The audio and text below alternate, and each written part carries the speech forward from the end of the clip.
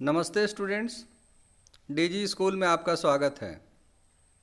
यह वीडियो उन बच्चों के लिए है जो सन 2020-21 की 8वीं बोर्ड की वार्षिक परीक्षा में शामिल होने जा रहे हैं। तो हमारे सामने है model question paper for 8 board examination. आप इस वीडियो में शुरू से अंत तक बने रहें और इस वीडियो के माध्यम से आप 8वीं बोर्ड का जो भी क्वेश्चन मॉडल पेपर सेट जारी हुआ है उसको आप अच्छी तरह से देख लीजिए। इसके माध्यम से आप निश्चित रूप से परीक्षा में अपने आप को बहुत सहज महसूस करेंगे। स्टूडेंट्स, स्क्रीन पे देखिए सत्र 2020-21। स्टूडेंट्स, ये जो मॉडल क्वेश्चन पेपर जारी हुआ है ये झारखंड अद्वित परिषद यानी झारखंड एकेडमिक काउंसिल, जिसे हम जैक कहते हैं, जैक रांची के द्वारा जारी हुआ है और ये 8वीं बोर्ड के बच्चों के लिए है। एक चीज़ और है कि यदि पैटर्न में किसी तरह का कोई बदलाव नहीं होता है तो यही सवाल, इसी तरह का प्रारूप अगले जो सत्र होंगे 21-22 या उससे आगे कुछ भी हो तो वही हो सकते हैं।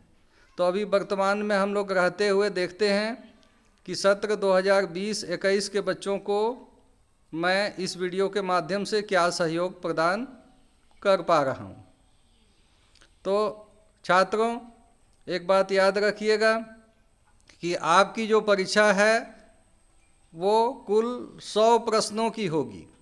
ये 100 प्रश्न जो हैं ऑब्जेक्टिव टाइप प्रश्न होंगे और ये जो 100 सवाल हैं वो 20-20 के ग्रुप में 5 विषयों से जुड़े हुए होंगे। प्रश्न संख्या 1 से लेकर 20 तक हिंदी विषय के सवाल होंगे। प्रश्न संख्या 21 से लेकर के 40 तक इंग्लिश के सवाल होंगे।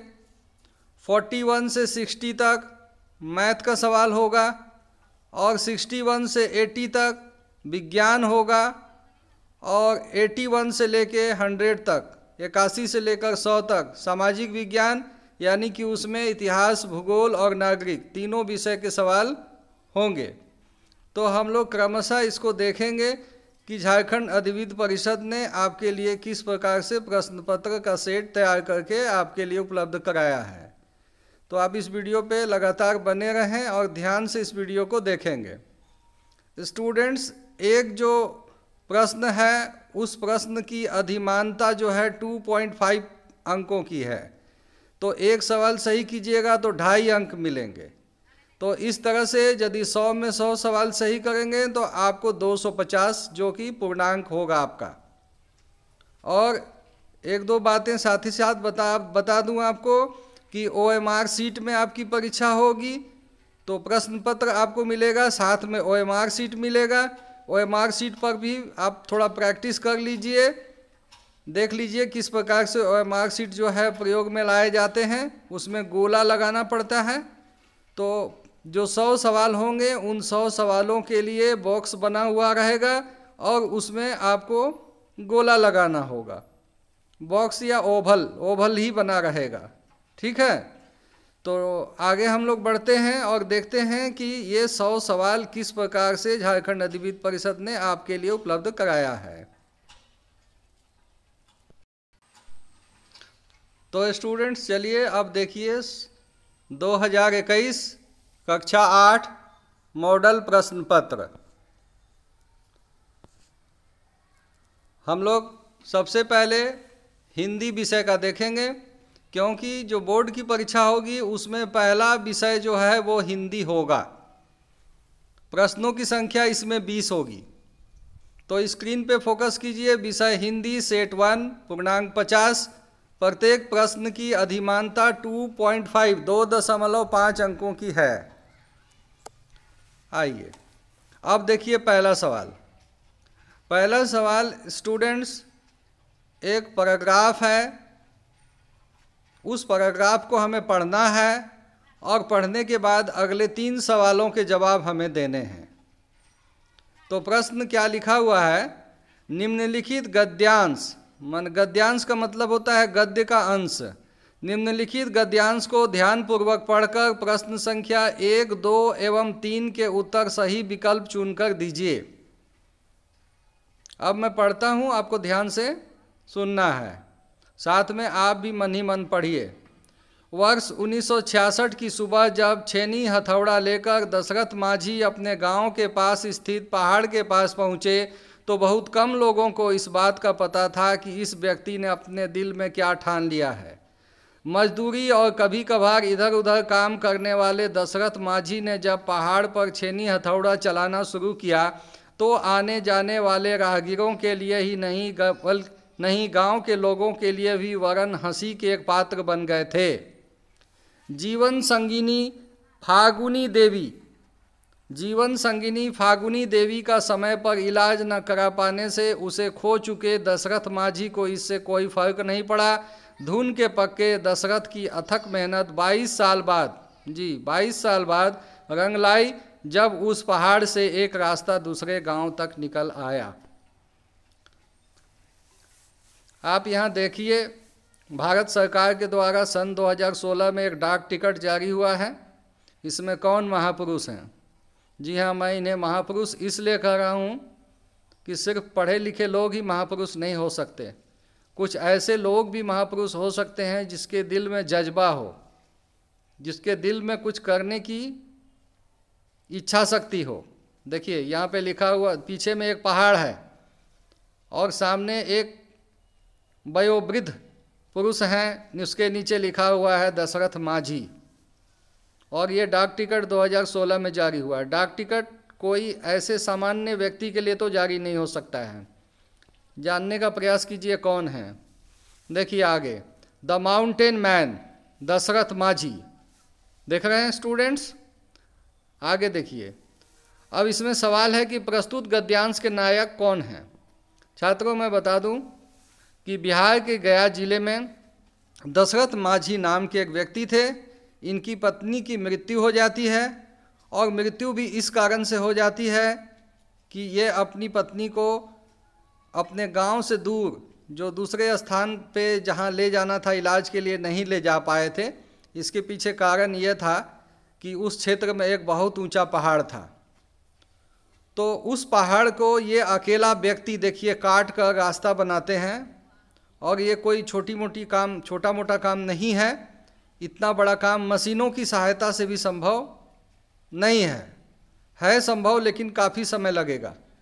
हालांकि जिनको हम माउंटेन मैन कह रहे हैं दशरथ माझी, उनको इस काम में 22 साल का समय लगा था। ठीक है, तो इन्हीं को मैं महापुरुष भी कह रहा हूँ और हैं भी उस योग्य। तो इन पर पहला सवाल है कि प्रस्तुत गद्यांश के नायक कौन हैं? दिनकर माझी, दशरथ माझी, जनक माझी, अरविंद माझी। आप समझ गए होंगे इनका नाम क्या होना चाहिए। आगे है दशरथ माझी की जीवन साथी कौन थी? छात्रों आपने देखा अभी मैंने कहा फागुनी देवी, तो फागुनी देवी ही होगा। यदि हम पीछे पलट करके जाएं, देखिए पीछे हम जा रहे हैं तो यहाँ आप देख सकते हैं, यहाँ लिखा हुआ दूसरे पैराग्राफ में देखिए, जीवन संगिनी। जीवन संगिनी का मतलब क्या होता है? जब हम हिंदी पढ़ रहे हैं तो हिंदी का हमें ज्ञान भी होना चाहिए। जीवन संगिनी का मतलब हुआ पत्नी, है ना। जीवन संगिनी फागुनी देवी, तो इनकी पत्नी का नाम था फागुनी देवी, जो कि मर गई थी, है ना, इलाज के अभाव में। तो यहाँ फागुनी देवी होगा, पहला विकल्प सही है। आगे है दशरथ माझी की मेहनत कितने साल बाद रंग लाई? इसका उत्तर होगा छात्रों 22 साल बाद। सभी प्रश्नों के उत्तर मैं शायद नहीं बता पाऊँ आपको, लेकिन फिर भी मैं सभी प्रश्नों को समझाने का प्रयास जरूर करूँगा। कुछ उत्तर आप लोग खुद हल कीजिएगा। छात्रों अगला सवाल देखिए, कक्षा में प्रथम आने पर अपने पिता को लिखे गए एक पत्र में छूटे हुए अंश को भरिए जो प्रश्न संख्या 4, 5 तथा 6 के रूप में बॉक्स में क्रमांकित है। छात्रों आपकी तरह कोई बच्चा है जो क्लास में फर्स्ट आता है। फर्स्ट आने के पश्चात जो है वो अपने पिता को एक पत्र लिखता है, और पत्र जो लिखता है तो उस पत्र के कुछ अंश, जहाँ पे 4 लिखा हुआ है, जहाँ पे 5 लिखा हुआ है और जहाँ पे 6 लिखा हुआ है, उसको आपसे लुप्त कर दिया गया है। उस बच्चे ने पूरा का पूरा पत्र लिखा था, ऐसा नहीं कि अधूरा लिखा था। ठीक है, तो उसमें जिस अंश को हटा दिया गया है, जहाँ पे 4, 5 और 6 लिखा हुआ है, वहाँ पे आपको भरना है कि सही शब्द क्या होगा।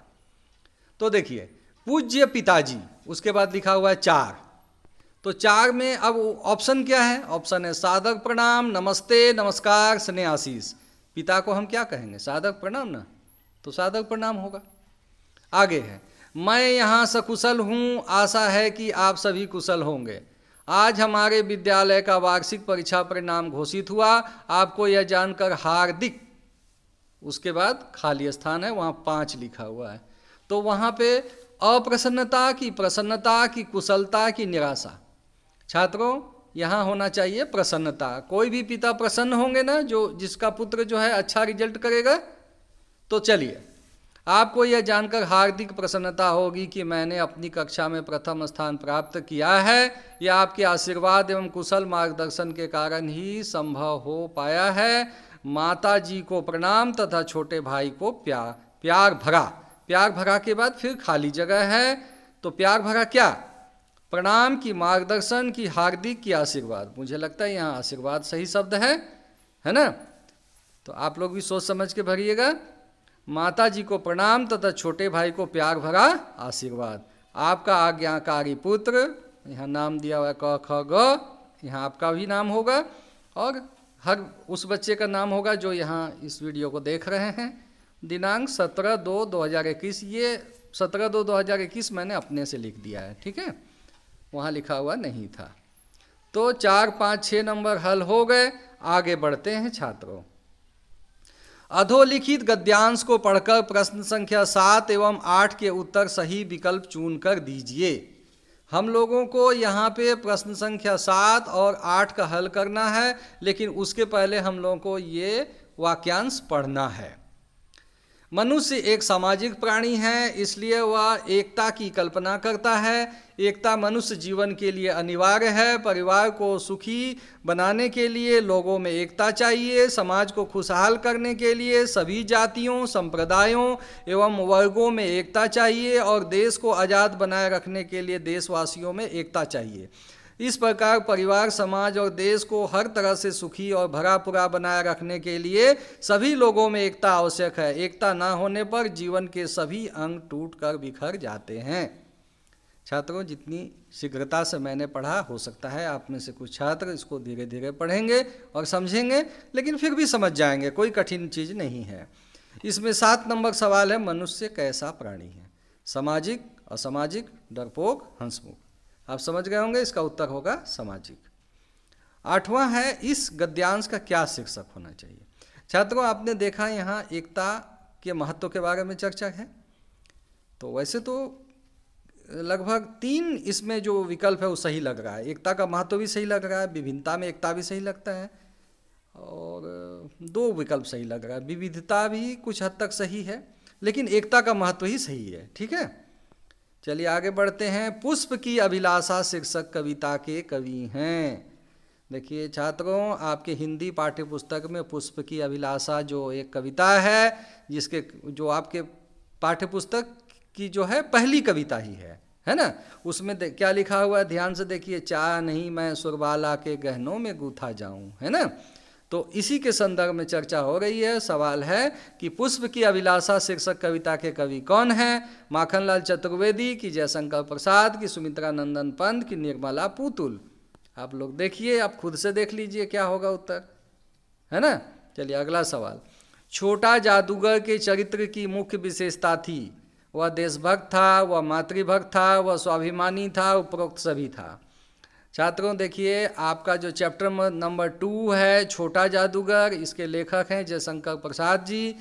आपने यदि इस चैप्टर को पढ़ा होगा तो निश्चय ही इसका उत्तर आपको पता होगा। बहुत सहज उत्तर है, इसका उत्तर आप खुद से दीजिएगा। आगे बढ़ता हूँ। मित्रों के चुनाव के तरीके पर उसके जीवन की क्या निर्भर हो जाती है? छात्रों, हमारा जो है चैप्टर नंबर 3, जिसका नाम है मित्रता। मित्रता, जो कि जिसके लेखक हैं रामचंद्र शुक्ल। इस चैप्टर में ये बताया गया है कि हमें साथी के चयन करने में, जो दोस्त हम बनाते हैं उसके चयन करने में कौन कौन सी बातों को ध्यान में रखना चाहिए। ऐसे तो दोस्त अपने आप बन जाते हैं, लेकिन फिर भी थोड़ा समझदारी दिखाना चाहिए बच्चों। देखिए, तो इसका उत्तर होगा मित्रों के चुनाव के तरीके पर उसके जीवन की क्या निर्भर हो जाती है? सफलता, है ना। सफलता निर्भर करती है कि वो सफल होगा या नहीं होगा। आगे बढ़ते हैं। पथ पर चलने के पहले किस चीज़ की पहचान कर लेनी चाहिए? परेशानियों की, बाट की, सफलता की या नक्शे की? बच्चों, पथ की पहचान कविता देखिए, ये कविता जो है हरिवंश राय बच्चन जी की लिखी हुई है। और हरिवंश राय जी जो बच्चन जी हैं, इनको आप जानते होंगे, ये हमारे फिल्म अभिनेता जो रहे हैं, आज भी हैं, अमिताभ बच्चन जी इनके पिताजी हैं, है ना। और कहना तो ये होगा बच्चों कि अमिताभ बच्चन जी जो हैं वो हरिवंश राय जी बच्चन के पुत्र हैं, है ना, क्योंकि पिता भी कम महत्वपूर्ण नहीं है यहाँ पे। तो इनकी जो कविता है पथ की पहचान, इसी कविता से यह प्रश्न है। ये चौथा चैप्टर है, इसको हल कीजिएगा बच्चों। अगला है, पद्मा ने सम्राट अशोक को जीवित क्यों छोड़ दिया? ये सवाल छात्रों आपके चैप्टर नंबर 6 से है, जिस चैप्टर का नाम है अशोक का शस्त्र त्याग। देखिए, ये चैप्टर आप देख सकते हैं छात्रों, ये पद्मा और अशोक, है ना। तो इस चैप्टर का जो सवाल है, आप इसको देखिए, इसमें है कि पद्मा ने सम्राट अशोक को जीवित क्यों छोड़ दिया? अशोक का हृदय परिवर्तन हो चुका था, अशोक डर गए थे, पद्मा युद्ध नहीं चाहती थी, उपरोक्त कोई नहीं। छात्रों, इसका जवाब होगा पद्मा युद्ध नहीं चाहती थी। आगे है स्टूडेंट्स, डायन प्रथा किस बात का सूचक है? देखिए, हमारा जो चैप्टर नंबर 7 है, डायन एक अंधविश्वास, डॉक्टर दीनानाथ सिंह की लिखी हुई। तो इसमें जो है ये किस बात का सूचक है? क्या ये सामाजिक कुप्रथा है? क्या ये सामाजिक प्रगति है? क्या ये अंधविश्वास है? तो ये सामाजिक कुप्रथा के अंतर्गत आएगा। ठीक है, तो यहाँ तक आप समझे होंगे। हम लोग आगे बढ़ते हैं। देखिए, वीर जननी का पुरस्कार किसे दिया गया? श्रीमती रेड्डी, श्रीमती सुब्रमण्यम, श्रीमती रामचंद्रन, श्रीमती कुमार स्वामी।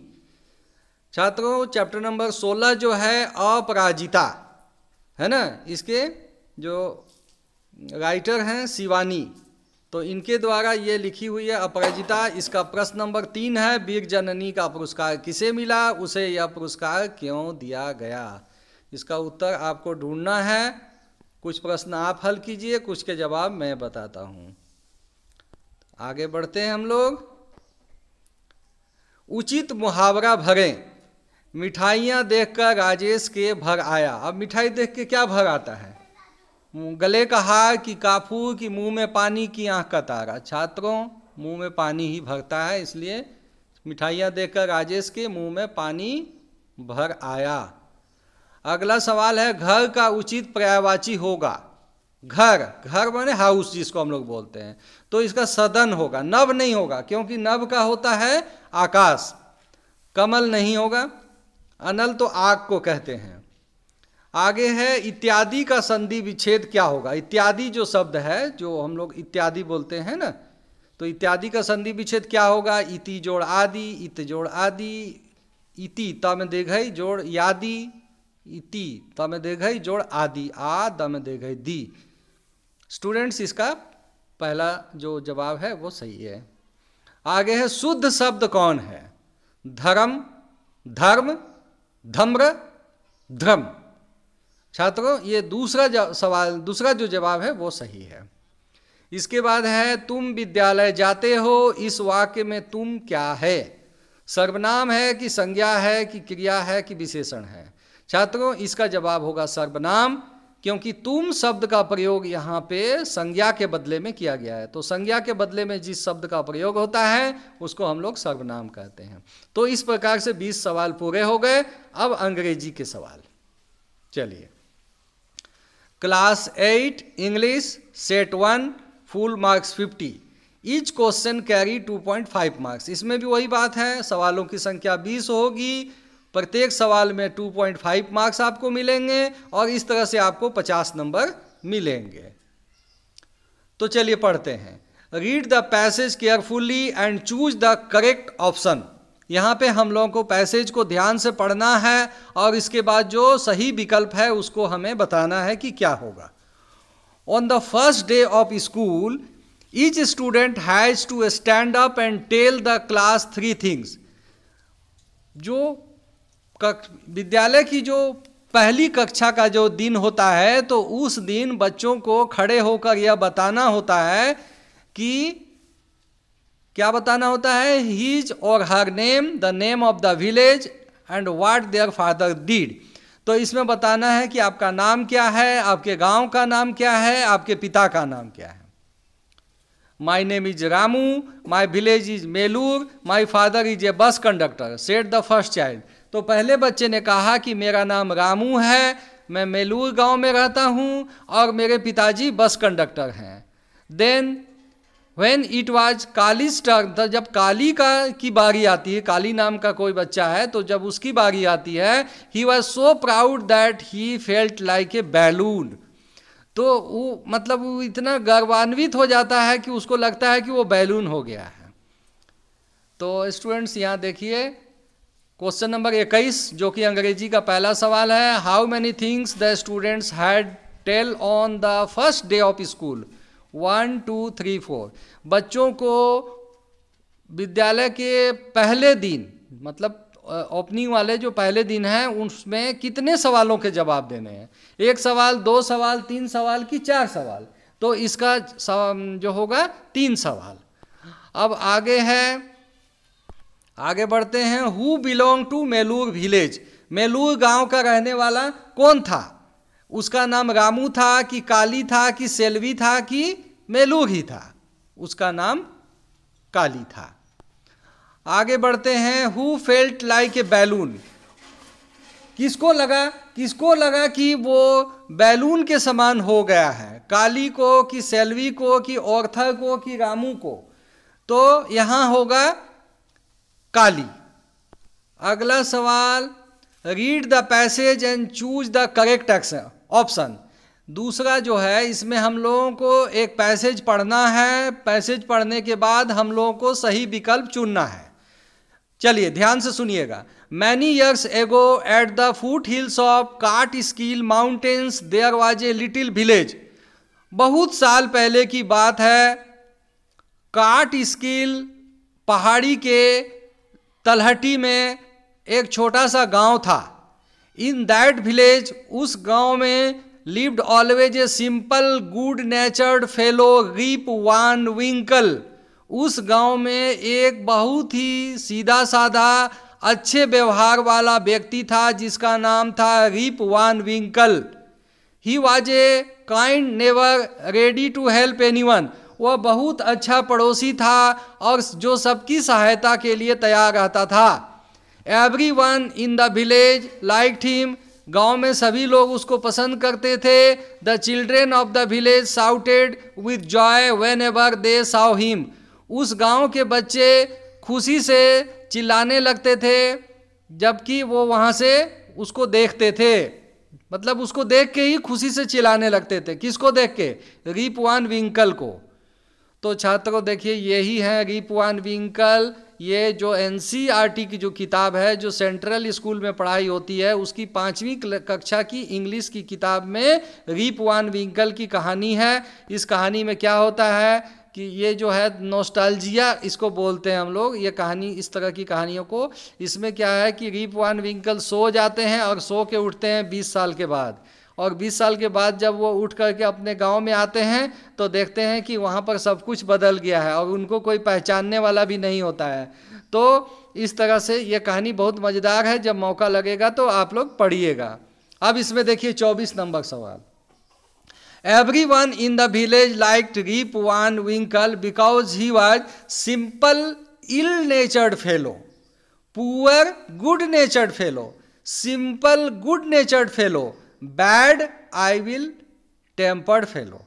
यहाँ थोड़ा सा कुछ मिसप्रिंट है, लेकिन स्टूडेंट्स इसका जो पहला ऑप्शन है सिंपल माने सीधा साधा, इल नेचर्ड में तो बुरा व्यवहार वाला, बुरे स्वभाव वाला, तो बुरा स्वभाव वाला तो था नहीं। उसके बाद है पुअर से तो यहाँ मतलब है नहीं, पुअर गुड नेचर्ड।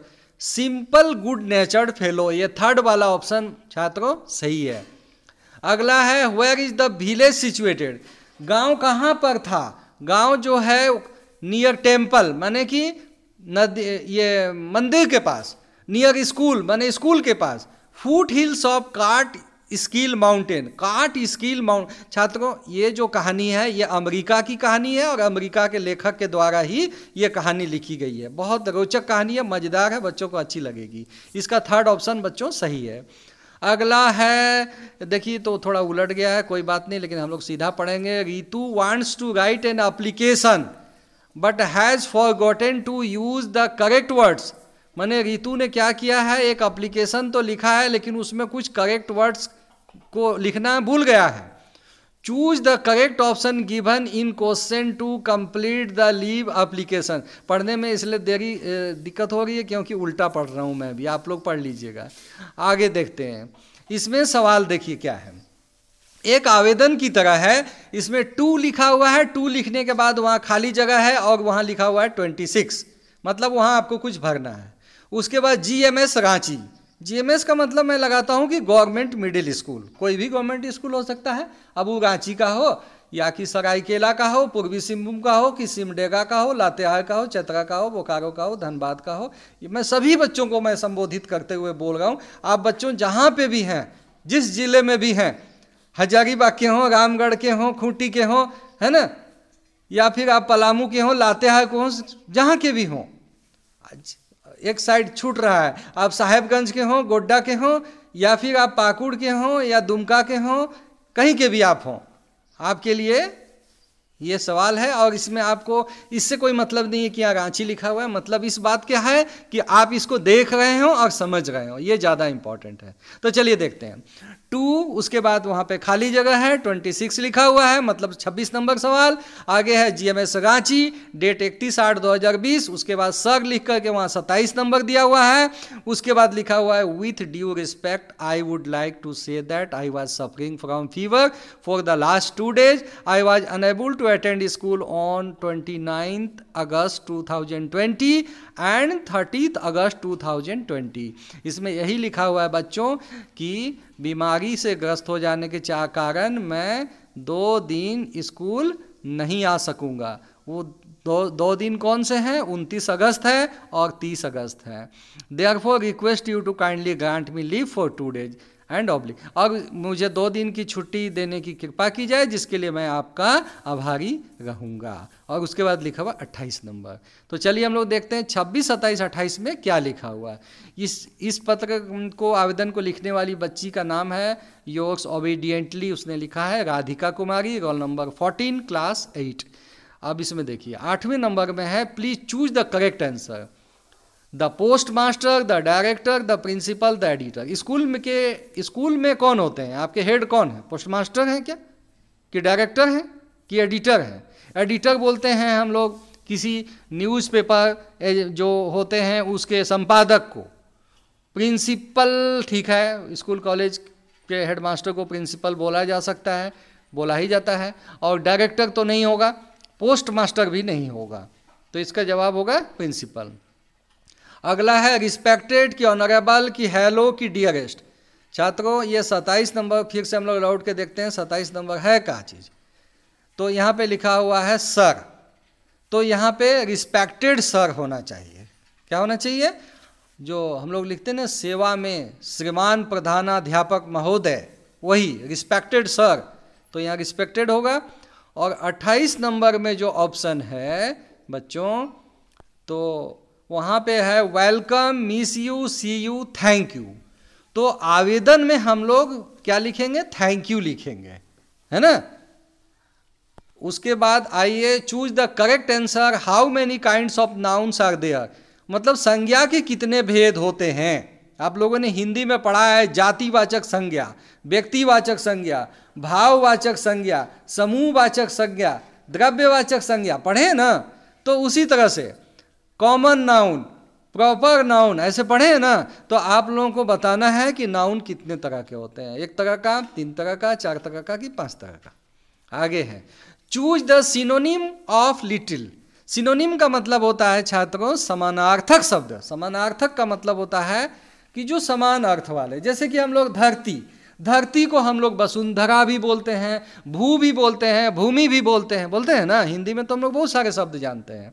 तो उसी तरह से लिटिल, लिटिल के लिए ब्रो होगा कि स्मॉल होगा कि ड्रॉन होगा कि ब्लू होगा, है ना। बहुत आसान है, इसलिए उसका उत्तर आप ढूंढिए। तो ये सिनोनिम तो समझ गए आप लोग। अब आइए ऑपोजिट वर्ड, है ना, एंटोनिम इसको बोला जाता है। Right the opposite of happy. Happy का मतलब खुशी, तो खुशी का उल्टा क्या होगा? सो हैप्पी, अनहैप्पी, डिलाइटेड कि मौनी, है ना। हैप्पी का उल्टा बच्चों सीधे सीधे अनहैप्पी, है ना। अब आगे आइए, choose the interrogative sentence. Interrogative sentence पहचानने का तरीका है छात्रों जिसमें प्रश्न चिन्ह लगा रहे। तो बच्चों यहां देखिए प्रश्न चिन्ह छोड़ दिया गया है आप लोगों को ठगने के लिए, है ना। जो मूल सेट है उसमें प्रश्न चिन्ह लगा हुआ है, मैंने यहाँ पे छोड़ दिया है कि आप लोग गड़बड़ कीजिए। लेकिन चलिए ठीक है, इसमें दूसरा जो ऑप्शन है वो सही है। व्हाई आर यू क्राइंग, माने तुम क्यों रो रहे हो, यहाँ प्रश्न चिन्ह लगना चाहिए, है ना। तो इंट्रोगेटिव सेंटेंस पहचानने का तरीका है जिसमें प्रश्न चिन्ह लगा रहे। आगे है complete the sentence with correct option. This is apple, the a an none of this. कहने का मतलब ये आर्टिकल का सवाल है। आर्टिकल तीन तरह के होते हैं, कहीं पे ए लगता है, कहीं एन लगता है, कहीं द लगता है। तो बच्चों this is an apple, an apple होगा। आगे है चूज द करेक्ट ऑप्शन, ये 34 नंबर सवाल है। बर्ड हैज लेड एग्स, फिर खाली जगह द कर्निस। ये आपकी अंग्रेजी पाठ्यपुस्तक की जो कहानी है उससे पूछा गया है कि पक्षी ने कहाँ पे अंडे दिए हुए थे। जो कार्निस, कार्निस तो आप समझते हैं, जो मकानों में जो थोड़ा छज्जा बना होता है ना उसको कार्निस बोलते हैं। कार्निस, कार्निस, है ना। तो उस कार्निस के नीचे कि कार्निस के ऊपर कि कार्निस के बगल में कि इनमें से कोई नहीं, जस्ट बिलो माने एकदम से उसके जस्ट नीचे में, या कि नियर उसके सामने में कि उसके ऊपर में। तो क्या होगा इसका आंसर, आपको सोचकर बताना है। Who wrote the poem my mother. 35वां सवाल है कि माई मदर कविता को किसने लिखा? APJ Abdul Kalam, Robert Frost, Subramania Bharati, none of these. छात्रों देखिए आप इस चित्र को पहचान रहे होंगे, ये हमारे पूर्व राष्ट्रपति भी हैं, इनको हम लोग मिसाइल मैन भी बोलते हैं। इन्होंने बहुत कुछ दिया है इस देश को। देखिए इनकी कविता है माई मदर, है ना। तो आप इसको देख रहे होंगे। रॉबर्ट फ्रॉस्ट का ऐसे मैंने फोटो यहाँ पे देखिए आपको उपलब्ध करा दिया। देखिए ये रॉबर्ट फ्रॉस्ट है, इनकी ये कविता नहीं है, ठीक है। Which tribe did Kali belong to. Kali जो है किस जनजातीय समुदाय का था? इरूबा जनजातीय समुदाय कि संथाली ट्राइब की गोंड ट्राइब की नन ऑफ दीज। इसमें छात्रों इरूबा होगा। आगे बढ़ते हैं, देखिए इसका उत्तर मैंने यहाँ पे लिख भी दिया है। The main character Kali was belong to the Irula tribe, है ना। चलिए आगे बढ़िए। 37वां सवाल, the poet wandered lonely as a bubble cloud loafer rainbow. बच्चों ये आपके पाठ्यपुस्तक से सवाल है कि कवि जो है वो अकेला घूम रहा था, किसकी तरह? बबल की तरह, बादल की तरह, लोफर की तरह कि रेनबो की तरह? इसका जवाब सोचकर आप बताइए और लिखिए। 38वां सवाल, name the Siachen refers to a land with an abundance of ice water roses rock. छात्रों आपको बताता हूँ कि हिमालय की पहाड़ियों में हमारे जो जम्मू कश्मीर जो राज्य है उसमें आप देखेंगे सियाचेन ग्लेशियर जो हमारा सबसे उत्तरी इलाका है। देखिए इस तरह से है ये जगह, ठीक है। तो यहाँ पे देख सकते हैं इस स्थान पे हमारी आर्मी वहाँ पे है जो हमारे देश की रक्षा कर रही है। देखिए यह है सियाचेन ग्लेशियर, यहाँ कितनी कठिनाई में लोग रहते हैं। तो ये सियाचेन जो है वो भारत का हिस्सा है, लेकिन पाकिस्तान इस पे दावा करता है, ठीक है। तो यहाँ पे हमें अपनी आर्मी रखनी पड़ती है और काफ़ी खर्च भी करना पड़ता है। तो सियाचेन शब्द का मतलब क्या है वही पूछा जा रहा है। सियाचिन का मतलब होता है बर्फ़ की भूमि कि पानी की भूमि कि रोजेज यानी कि गुलाब की भूमि कि पत्थरों की भूमि। तो असल में ये है काले गुलाबों की भूमि, है ना। तो यहाँ पे आंसर होगा रोजेज। आगे बढ़ते हैं हम लोग। देखिए, who had preached dhamma in Bharat land? Shankaracharya, Mahavir, Buddha, Vivekananda. देखिए सामने तस्वीर आप पहचान रहे हैं, ये किनकी तस्वीर है? ये गौतम बुद्ध की है। तो बौद्ध धर्म के संदर्भ में इनका जो प्रीच है, इनका जो उपदेश है, तो उसको हम लोग धम्म यानी धर्म कहते हैं, है ना। तो इसका उत्तर होगा बुद्ध, यानी थर्ड ऑप्शन सही है। तो जहाँ जहाँ मुझे संभव हुआ कुछ न कुछ आपको मैं बताने का ही प्रयास कर रहा हूँ। तो सिर्फ यहाँ प्रश्न नहीं है, उत्तर भी है और समझदारी की चीज़ें भी है। Name the sacred river of India. Bharat की उस नदी का नाम बताइए जिसे पवित्र कहा जाता है। तो पवित्र तो हम लोग सभी नदियों को पवित्र मानते हैं, बावजूद उसके गंगा का नाम आप लोग लिखिएगा, गंगा ही होगा, है ना। अब 40 सवाल समाप्त और हिंदी इंग्लिश भी समाप्त। अब आता है गणित। तो गणित में भी उसी तरह से 20 सवाल और एक सवाल में 2.5 मार्क्स, तो कुल नंबर इसमें होंगे 50।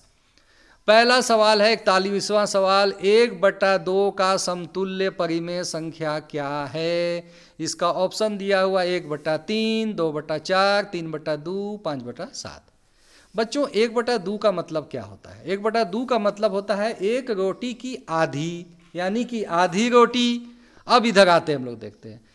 अब पहला में लिखा 1/3, माने एक रोटी की 3 बराबर टुकड़े में बांट देंगे तो वो, तो क्या एक आधी रोटी और तीसरा हिस्सा दोनों बराबर होगा? नहीं होगा। अब दूसरा 2/4, 2/4 का मतलब होता है एक रोटी को पहले 4 टुकड़े में बांट दीजिए और उसमें से 2 टुकड़ा आपका, इसका मतलब है कि आधा आपका। तो यही ना जवाब सही है। 3/2 का मतलब तो बच्चों ज़्यादा हो गया, 1.5 रोटी हो गया। और 5/7 भी जो है 1/2 तो नहीं हुआ। तो उसी तरह से 42वां सवाल है, -9 का योज्य प्रतिलोम क्या है? -9, 10, 9 की 3। आप सोच समझ कर लिखिएगा, बहुत तैयारी आप लोगों ने भी की है। आगे बढ़ते हैं। वीडियो जो लंबा होगा उसके लिए आप लोगों को थोड़ा धैर्य रखना होगा। वीडियो को आप जब तक पूरा नहीं देखेंगे तो आप इस मॉडल क्वेश्चन पेपर को बढ़िया से नहीं समझ सकते हैं। तो आप पूरे धैर्य के साथ इस वीडियो को देखिए। क्वेश्चन नंबर 43 में है 4.5 का वर्ग होगा। इसका वर्ग कितना होगा? 90 होगा कि 20.25 होगा कि 20-25 होगा कि 2.025 होगा? तो 4.5 का वर्ग कैसे निकालेंगे? 4.5 का स्क्वायर यानी 4.5 गुना 4.5, आगे पॉइंट हटाएंगे, 45/10 गुना 45/10। इसको काट देंगे, 5 9 45, 5 दूनी 10, ऊपर 9, नीचे 2 और 2, 9 9 81/4, उसको भाग देंगे तो उत्तर आएगा 20.25। देखिए ऑप्शन है, दूसरा ऑप्शन सही है। इसी तरह से बच्चों ऐसे तो मैं चाहता तो सभी का हल कर देता, लेकिन सबका नहीं करूँगा। √8100 का मान क्या होगा? मतलब कि 8100 का वर्गमूल क्या होगा? निकालिएगा। What is the value of √8100? अगला है, इनमें से कौन सी संख्या पूर्ण घन है? Which one is a perfect cube? है ना। तो परफेक्ट क्यूब स्टूडेंट्स इसमें 1000 है, क्योंकि 10 गुना 10 गुना 10 यानी 10⁻³ = होता है 1000, है ना। तो घन मूल जब निकालना होगा 1000 का घनमूल 10 निकल जाएगा, लेकिन 3001 का घनमूल नहीं निकलेगा, 100 का घनमूल नहीं निकलेगा, वर्गमूल निकल जाएगा, है ना। 81 का भी घनमूल, परफेक्ट घनमूल नहीं निकलेगा, लेकिन परफेक्ट नहीं निकलेगा, बिना दशमलव के नहीं निकलेगा। आगे है 46वां सवाल, 27000 का घनमूल क्या होगा? What is the cube root of 27000? इसका 4 ऑप्शन है, 27 की 270 की 30 की 300। तो आप ढूंढने का प्रयास करिएगा, आप बनाइएगा बच्चों। आगे है 10 24 इनमें से किसके बराबर है? मतलब 1024, which one is equal to 1024? इसमें बच्चों थोड़ा सा आपको लिखावट देख के समझ में नहीं आएगा, जो संभव था मैंने किया है। तो यहाँ पे लिखा हुआ है 2 to the power 10, है ना। 2 के ऊपर पावर 10 दिया हुआ है, 2 पर पावर 9 दिया हुआ है, 2 पर पावर 8 दिया हुआ है, 2 पर पावर 24 दिया हुआ है। 2 पर पावर 10 का मतलब हुआ बच्चों 2 गुना 2 गुना 2 गुना 2 गुना ऐसा करके 10 बार। 2 पर पावर 9 का मतलब होता है 2 गुना 2 गुना 2 गुना करके 9 बार। तो किसका उत्तर 1024 आता है, ये आप लोग देख लीजिएगा। बच्चों मैथ वाला थोड़ा आप लोगों को ना जैसे रफ भी करना पड़ेगा, बिना रफ किए आप लोग ऐसे ही मतलब तुक्का मत लगाइएगा परीक्षा में। आगे है देखिए, ये भी आपको थोड़ा पढ़ने में असुविधा लगेगी, लेकिन इसको समझिए। 7 टू द पावर 5 लिखा हुआ है, 7 टू द माने 7 के ऊपर पावर 5 लिखा हुआ है, माइनस माने घटाव चिन्ह 7 पर पावर 2 बराबर है। मतलब कि इसमें आपको दिया हुआ है which one is equal to 7 to the power 5 minus 7 to the power 2। अब इसमें 4 ऑप्शन है, 7 to the power 5/2, 5/2, 7 to the power 5 minus 2, 7 minus 7 to the power 5 minus 2। इसको आप हल कीजिएगा बच्चों। यदि नहीं समझ में आएगा अपने अपने विद्यालय के जो गणित शिक्षक हैं उनसे आप सॉल्व करवा लीजिएगा। चूँकि वीडियो बहुत लंबा होगा इसलिए मुझे थोड़ा ये सबको थोड़ा सा पास कर देना पड़ रहा है, माफ़ कीजिएगा बच्चों। आगे 49वां है, -2xy का संख्यात्मक गुणांक क्या है? Numerical coefficient of -2xy is 2 - 2, है ना।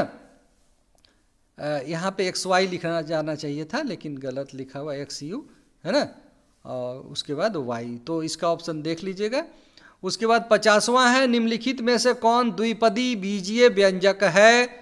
Which one is the binomial algebraic expression x to the power 2 - 1, 2xy, xy, 2x to the power 2y। तो इस तरह से ऑप्शन है, आप देख लीजिएगा इसको।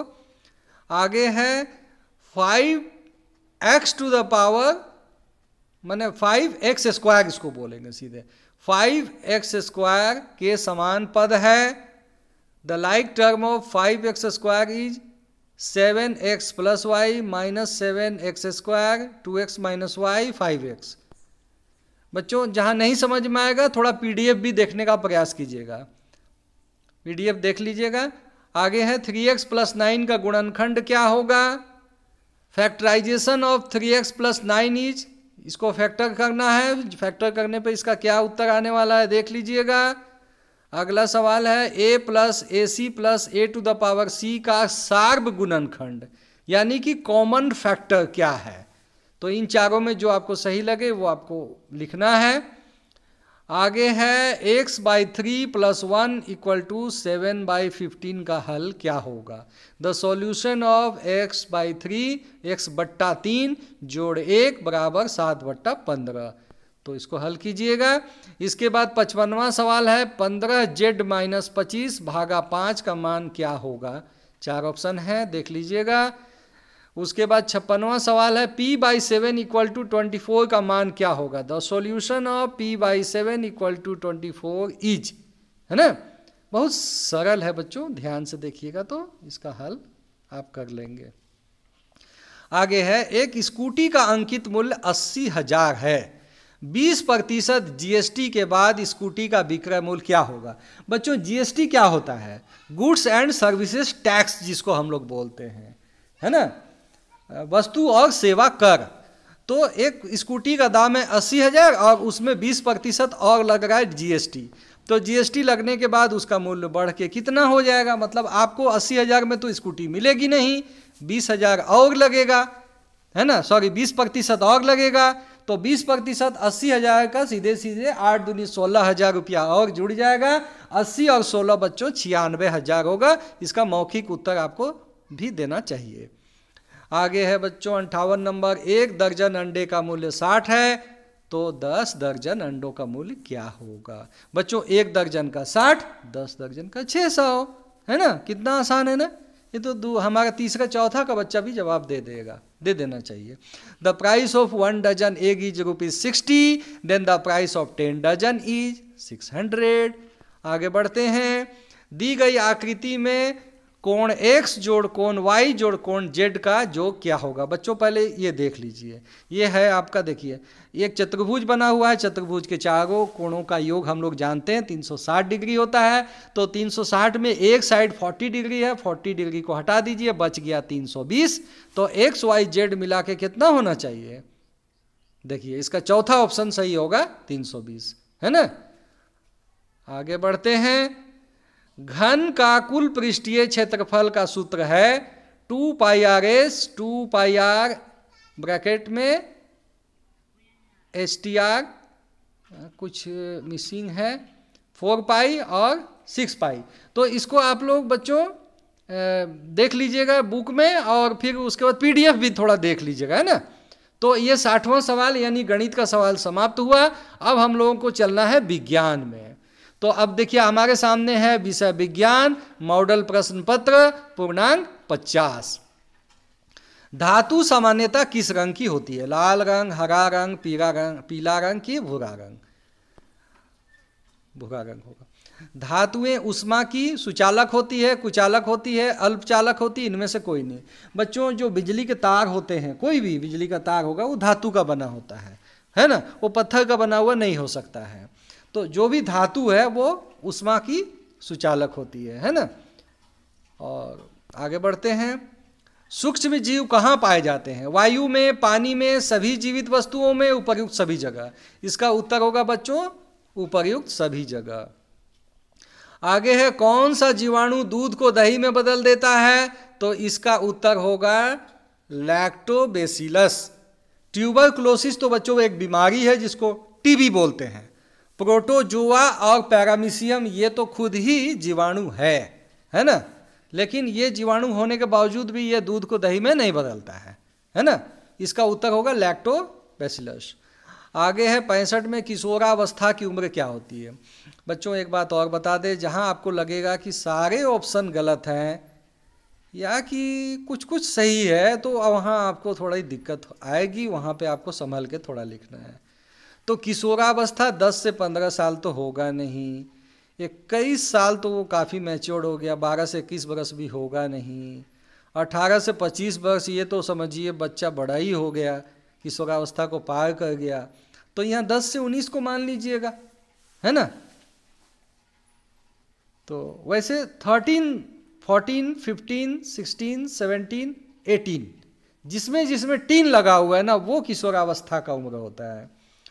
तो 13 से 18 लिखा होता तो बढ़िया होता, लेकिन चलिए 10 से 19 यहाँ हमको मानना पड़ेगा।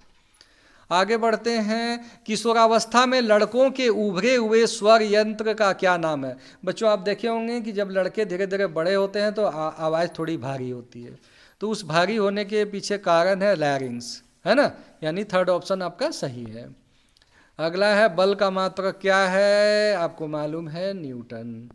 इसके बाद है जब एक वस्तु दूसरे वस्तु पर सीधे भौतिक संपर्क द्वारा बल लगाती है तो उसे कौन सा बल कहा जाता है। इसको बच्चों हम लोग कॉन्टैक्ट फोर्स बोलते हैं, संपर्कित, है ना।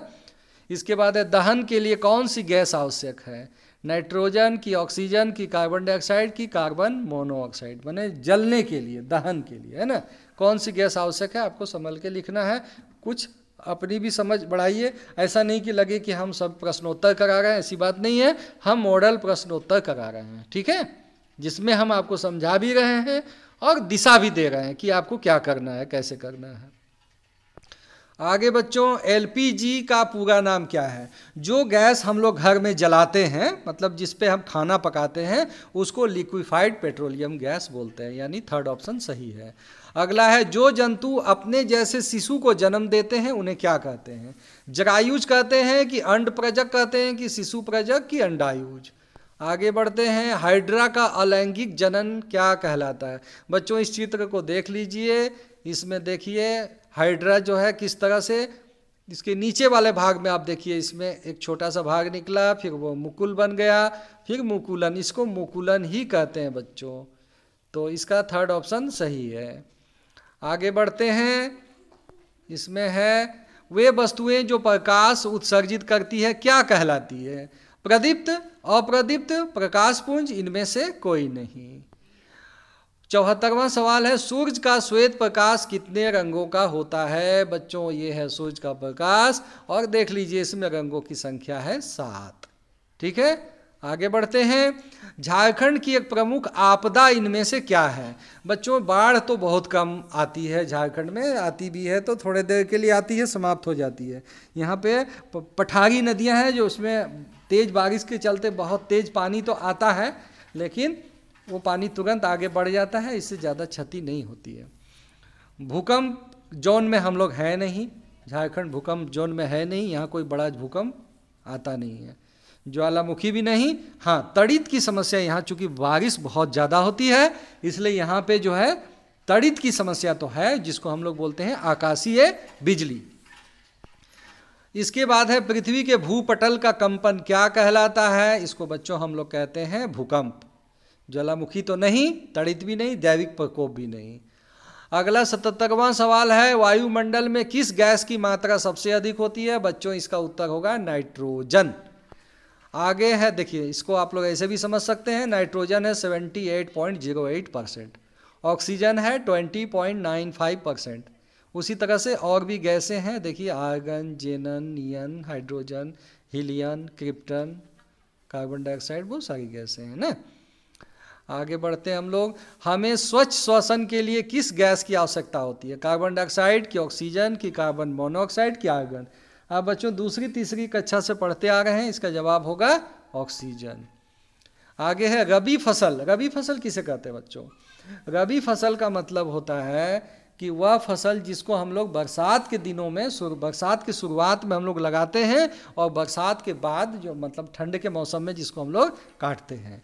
तो रबी फसल में धान भी होगा, मकई भी होगा, सोयाबीन भी होगा, लेकिन गेहूं नहीं होगा।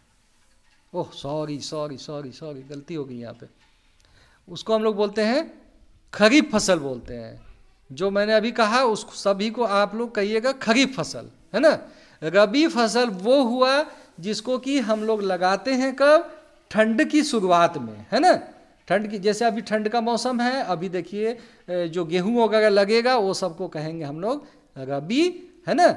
और इसको हम लोग काटेंगे कब? गर्मी की शुरुआत में इसको हम लोग काटेंगे। अभी अभी अभी वर्तमान में जो आपके खेतों में जो कुछ लगा हुआ है वो रबी फसल है। तो इसमें धान नहीं होगा और मकई भी नहीं होगा, सोयाबीन भी नहीं होगा, इसका उत्तर होगा गेहूँ। बच्चों यहाँ माफ़ कीजिएगा, थोड़ा स्लिप ऑफ टंग हो गया। आगे बढ़ते हैं। सूरज का सबसे बड़ा ग्रह कौन सा है? बच्चों सूरज का सबसे बड़ा ग्रह बृहस्पति है। ठीक है, आगे बढ़ते हैं। अब टोटल हमारे 80 सवालों के हल हो चुके हैं। अब बच गए 20 सवाल जो कि सामाजिक विज्ञान विषय के हैं। इसमें भी 20 सवाल हैं, 2.5 अंक सभी प्रश्न के सही उत्तर पे मिलेंगे और इस प्रकार से आपको कुल अंक मिलेंगे 50। तो चलिए, पहला सवाल है सिपाही विद्रोह कब हुआ था? बच्चों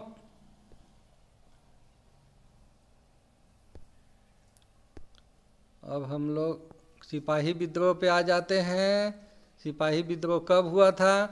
पहला है ऑप्शन 1857, फिर है 1957, फिर है 1657, फिर है 1757। बच्चों 1757 में तो पलासी की लड़ाई हुई थी, 1657 में तो मुगलों का राज था, 1957 बच्चों स्वतंत्र भारत था, कोई लड़ाई नहीं हुई थी और इसका उत्तर होगा 1857। देखिए 1857 के जो हैं कुछ तस्वीरों को आप देख सकते हैं यहाँ पे। ये बहादुर शाह जफ़र हैं जिनके दोनों बेटों को मार दिया जाता है और बहादुर शाह को बंदी बना करके जो है रंगून यानी बर्मा की जेल में भेज दिया जाता है। आगे बच्चों देखिए ये सब 1857 की तस्वीरें हैं जो हाथ की बनाई हुई है। और चलिए आगे है अगला सवाल, नीलांबर पीताम्बर कहाँ के 2 महान स्वतंत्रता सेनानी थे? बच्चों इसका जवाब होगा पलामू। देखिए ये नीलांबर पीताम्बर जो हमारे स्वतंत्रता सेनानी जो झारखंड क्षेत्र से हुए हैं, है ना, अंग्रेजों के विरुद्ध इन्होंने संघर्ष किया है। अगला है ओरू जाति ओरू मतय ओरू देवय मनुष्याना, मानव की एक जाति एक धर्म एक ईश्वर किसका कथन है? बच्चों ये कथन तो वैसे नारायण गुरु जी का है जो दक्षिण भारत से संबंध रखते हैं, वैसे देखिए यहाँ चित्र दिया हुआ है, ये चित्र जो है राजा राम मोहन राय जी का है, ये तस्वीर भीमराव अंबेडकर जी का है, ये तस्वीर देखिए नारायण गुरु जी का है, इन्हीं का लिखा हुआ है। और ये तस्वीर किन की है? ज्योतिबा फूले, जो महाराष्ट्र के जो है समाज सुधारक थे। अगला सवाल है, महान दलित नेता डॉक्टर भीमराव अंबेडकर का जन्म कहाँ हुआ था? बच्चों भीमराव अंबेडकर जी को आप देख रहे हैं, ये उनकी तस्वीर है और इनका जो जन्म हुआ था मुंबई में। आगे है बच्चों देखिए, आर्य समाज के संस्थापक कौन थे? तो आर्य समाज के संस्थापक देखिए ये तस्वीर है, ये किन की तस्वीर है? ये तस्वीर है स्वामी दयानंद सरस्वती जी की। तो पहला ऑप्शन आपका सही है। आगे है, स्पिनिंग जेनी का आविष्कार किसने किया? बच्चों इसका एक्चुअल जवाब तो जेम्स हारग्रीव्स होना चाहिए, जो कि नहीं लिखा हुआ है ना। तो बाद में देखिए पाठ्यपुस्तक में जॉन के लिखा हुआ है, तो फिर इसका ऑप्शन जॉन के ही हम लोग को लिखना पड़ेगा, क्योंकि लॉर्ड मिंटो तो कोई आविष्कारक तो थे नहीं, वो भारत में गवर्नर जनरल थे। लॉर्ड कर्जन भी गवर्नर जनरल थे, वारेन हेस्टिंग्स भी गवर्नर जनरल थे। तो इन लोगों ने ऐसा कोई यंत्र का आविष्कार नहीं किया था। और बच्चों देखिए ये है स्पिनिंग जेनी मशीन, जो कि कताई के काम में आती थी, है ना। वस्त्र उद्योग का जो मैकेनाइज्ड हुआ, जो मशीनीकरण हुआ, उसमें ये यंत्र काफ़ी मतलब प्रभावपूर्ण भूमिका में रहा। इसके चलते जो है औद्योगिक क्रांति सफल हुई इंग्लैंड में। अगला सवाल है, चंपारण आंदोलन की शुरुआत कब हुई थी? बच्चों इसका जवाब 1917 होगा। देखिए 1917 में पहली बार जो है गांधी जी ने बिहार से जो है अपना सत्याग्रह का शुरुआत किया था। ये बिहार की ही तस्वीर है उस समय की, ठीक है। आगे है, स्मरण शक्ति बढ़ाने के लिए कौन सा आसन करना चाहिए? पद्मासन की, शीर्षासन की, झूलासन की, पवन मुक्तासन? इसका उत्तर होगा शीर्षासन। अगला है, भारतीय संविधान के प्रारूप समिति के अध्यक्ष कौन थे? बच्चों देखिए सामने तस्वीर है डॉक्टर राजेंद्र प्रसाद की। ये जो ड्राफ्टिंग कमेटी थी, ड्राफ्टिंग कमेटी क्या होती है बच्चों, कि जब कोई जैसे जब संविधान बन रहा था ना, तो संविधान बनाते समय उसका ड्राफ्ट कैसे तैयार होगा, है ना, उसका मजमून कैसे तैयार होगा, तो वो तैयार करने के लिए जो समिति थी, अलग से बहुत सारी समितियां बनी हुई थी, तो उसमें एक समिति थी ड्राफ्टिंग कमेटी, जिसको प्रारूप समिति बोलते हैं। तो प्रारूप समिति के अध्यक्ष कौन थे? डॉक्टर राजेंद्र प्रसाद।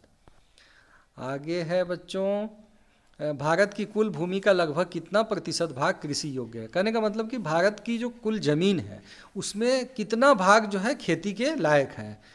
तो बच्चों देखिए यहाँ पे लिखा हुआ है, भारत के कुल क्षेत्रफल का लगभग 51% भाग पर कृषि, 4% पर चरागाह, लगभग 21% पर वन और 24% बंजर और बिना उपयोग की है। मतलब लगभग 51। तो 51 बच्चों यहाँ दिया नहीं है, तो हम लोग क्या करें? 75 पे लगा दें चिन्ह? नहीं, हम लोग को लगाना होगा चिन्ह 50 पे। तो इसका उत्तर होगा 50, ठीक है। आगे बढ़ते हैं, देखिए तो कृषि का ही है।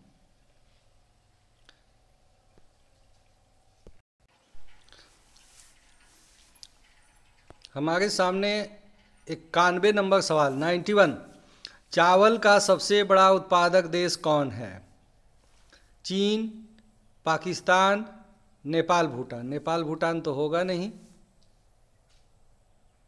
पाकिस्तान से चीन काफ़ी बड़ा है, और सच पूछिए तो इसका उत्तर चीन ही है। देखिए चावल का सबसे बड़ा उत्पादक चीन है, दूसरा भारत है। गेहूं का सबसे बड़ा उत्पादक चीन है, दूसरा भारत है। दलहन का सबसे बड़ा उत्पादक भारत है, दूसरा रूस है। मकई का सबसे बड़ा उत्पादक यूएसए है, यानी अमेरिका, संयुक्त राज्य अमेरिका, और दूसरा है चीन, तीसरा है ब्राज़ील। इसको आपको याद रखना होगा।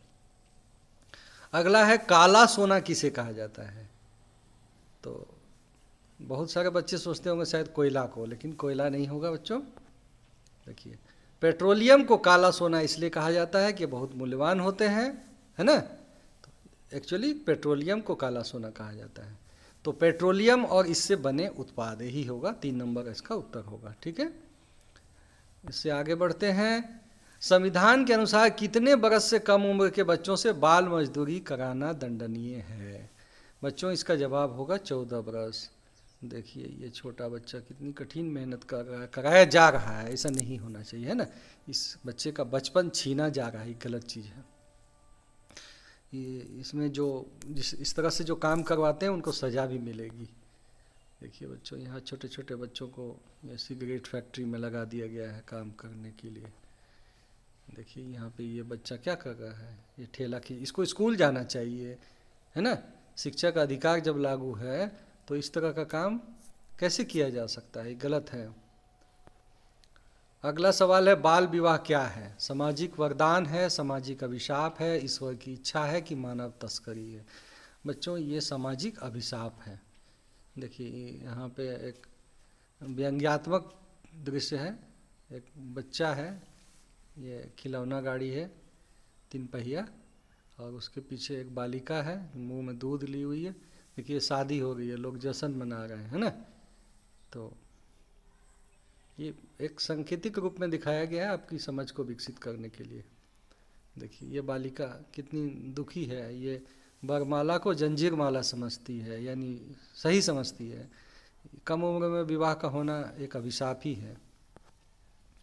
आगे है, भारत में मतदान, मतदान माने जो हम लोग वोटिंग करते हैं, तो उसकी न्यूनतम आयु क्या है? तो इसका उत्तर होगा 18 वर्ष। तो जो लोग 18 वर्ष के हो जाते हैं वो लोग वोट दे सकते हैं, बशर्ते कि उनका वोटर लिस्ट में नाम हो। आगे है, मेक इन इंडिया वाक्यांश का क्या अर्थ है? भारत में बना हुआ कि चीन में बना हुआ कि पाकिस्तान में बना हुआ कि नेपाल में बना हुआ? उत्तर होगा भारत में बना हुआ। देखिए ये मेक इन इंडिया का लोगो है, ठीक है, ये मेक इन इंडिया। आगे है, झारखंड के राज्यपाल कौन है? श्री बन्ना गुप्ता, श्रीमती द्रौपदी मुर्मू, श्री हेमंत सोरेन की श्री रामेश्वर उरांव? तो इसका उत्तर होगा श्रीमती द्रौपदी मुर्मू। यही है हमारी राज्यपाल यानी कि गवर्नर झारखंड राज्य की।